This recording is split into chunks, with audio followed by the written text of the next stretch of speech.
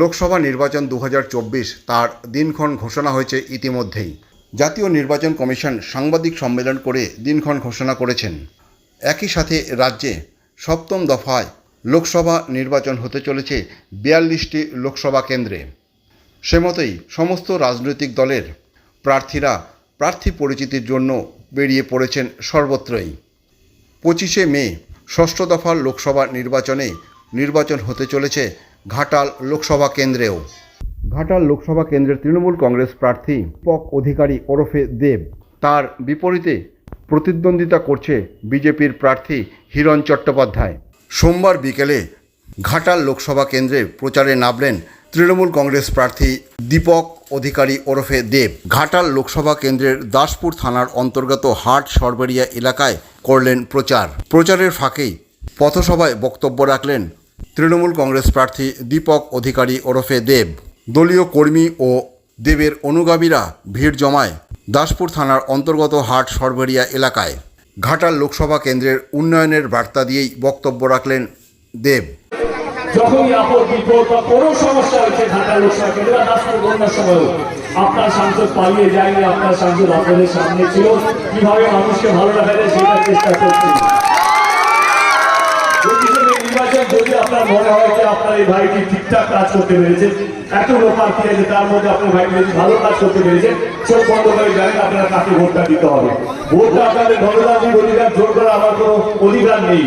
হ্যাঁ, আপনাদের আশীর্বাদ নেওয়ার অধিকার আমার আছে, সেটার জন্য এসেছি আজকে আপনাদের আশীর্বাদ নেওয়ার জন্য। সেটা করবে আমার মানুষের আশীর্বাদ, যেই মানুষের ওটা থাকে শুধু নির্বাচন নয়, জীবনের যে কোনো লড়াই জিতে যেতে পারে যদি আপনাদের আশীর্বাদ আমার মাথার উপরে থাকে। 2024 কেন, আমি সারা জীবন ভালো থাকবো যদি আপনাদের আশীর্বাদ ভালো থাকবে। রাস্তা প্রচুর লোক ছিল, সবাই ভালো থাকবে। আমার বলছি বাংলা নতুন কথা অনেক অনেক শুভেচ্ছা আপনাদের সকলকে। বন্দে মাতরম।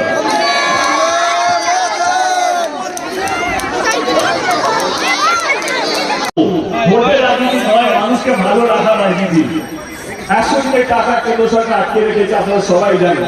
এই 100 দিনের কাজ তারা করে, গরিব মানুষরা যারা দিন আনে দিন খায়, তাদের টাকা 2-2.5 বছর থেকে আটকে রেখেছে। দিদি বললেন না, সেই টাকাটা আমরাই দেবো, এবং সেই টাকাটা দিতেও শুরু হয়ে গেছে। আবার যোজনা 2.5-3 বছর ধরে সেই টাকাটা কেন্দ্র সরকার আটকে রেখেছে। এবং এইটুকু আপনারা সবাই জানেন যে কেন্দ্র সরকার এবং রাজ্য সরকারের মধ্যে বন্ধটা এটাই যে 2021-এ যারা হেরে গেছেন তারা এই রাজ্যকে কোনো কাজ করতে দিচ্ছে না। যার কারণে সেটা নিয়ে আলোচনা করবো না। সেটা নিয়ে আলোচনা করবো যে 2024-এর লড়াইটা কে কথা দিয়ে কে কথা রাখে, কে কথা দিয়ে পালিয়ে যায়, লড়াইটা এইটাই। আপনারা কাকে বেশি বিশ্বাস করবেন, যে রাজ্যের মুখ্যমন্ত্রী যে এখানে থেকে গরিব মানুষকে ভালো রাখার চেষ্টা করে, না একজন শুধু কথা দিয়ে পালিয়ে যায়? করোনার সময়, লকডাউনের সময় আমার এখন মনে আছে দাসপুরে অনেক ছেলেমেয়েরা সবার কাজ করতে গিয়ে রাজ্যে থাকে, তারা লকডাউনে আটকে গেছিল। তাদেরকে ফেরত নিয়ে আসা থেকে আরম্ভ করে হসপিটালে বেড পাওয়া যেত না। আপনার সাংসদ কলকাতায় ছিল, আপনার সাংসদ ঘাটাল লোকসভা কেন্দ্রে ছিল, মানুষকে বাঁচানো